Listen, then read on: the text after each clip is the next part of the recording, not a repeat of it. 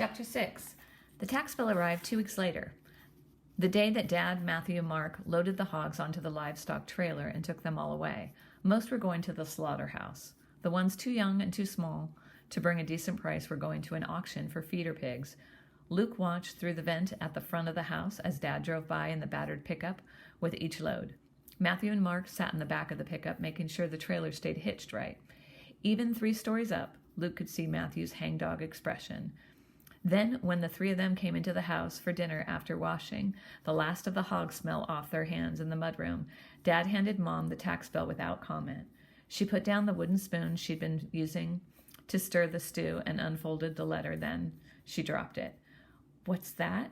She seemed to be doing the math in her head as she bent to retrieve it. "That's 3 times what it usually is. There must be a mistake." Dad shook his head grimly. "No mistake. I talked to Williker at the auction." The Willikers were the nearest neighbors, with a house 3 miles down the road. Luke always pictured them with monster scales and fierce claws because of the numbers of times he'd been cautioned, "You don't want the Willikers to see you." Dad went on, "Williker says they raised everyone's taxes because of them fancy houses.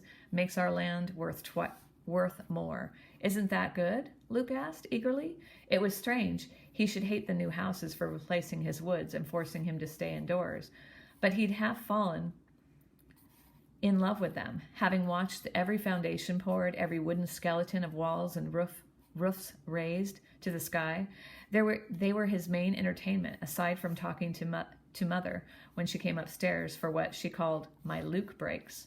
Sometimes she pretended his room needed cleaning as badly as the bread needed baking, or the garden needed weeding.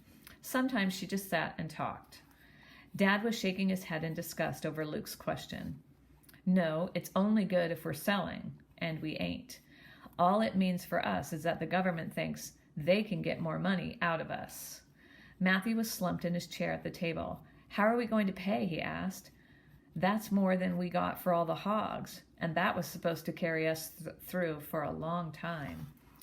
Dad didn't answer. Even Mark, who normally had a smart alecky comeback for everything, was stupefied. Mother had turned back to her stew. "I got my work permit today," she said softly. "The factory's hiring. If I get on there, I can maybe get an advance on my paycheck." Luke's jaw dropped. "You can't go to work," he said. "Who will," he wanted to say, "who will stay with me? Who will I talk to all day when everyone else is outside?" But that seemed too selfish. Luke looked around. No one else looked surprised by Mother's news, and he shut his mouth.